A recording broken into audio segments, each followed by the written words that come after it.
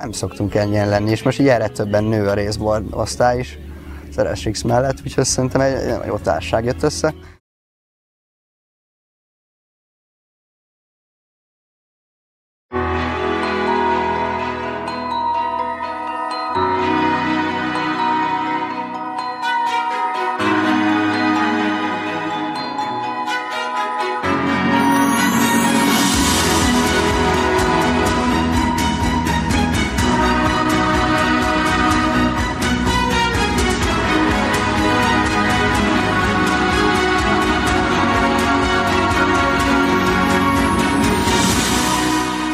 Én az egész évünket fantasztikusnak tartom, de elsősorban nem csak azért, mert kijutottunk az olimpiára és van egy kvótánk, hanem elsősorban azért, mert a fiatalokat végignézve, akik átvették a díjat, van egy jó utánpótlás, és van remény, hogy ez a szörf még jobban életre jöjjön.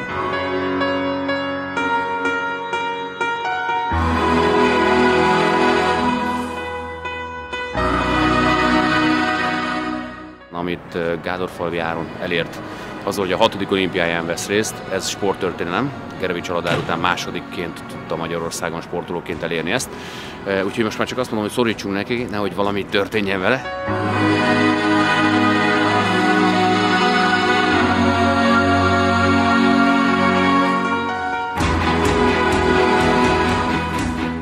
Szeptembertől kezdődött az igazi megmérettetés, amikor két kemény hónapot készültem a világbajnokságra, ahol szerencsére elég jól sikerült, és megszereztem a kvótát Rióra.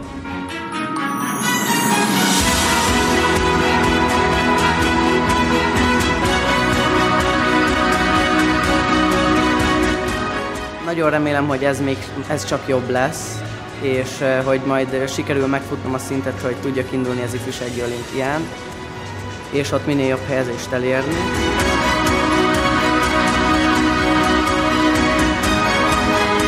Én maximálisan Áron teljesítményével elégedett vagyok, és tényleg, hogy Gerevics Aladár nyomdokaiba lép, ez elképesztő siker szerintem a magyar szörfsportban.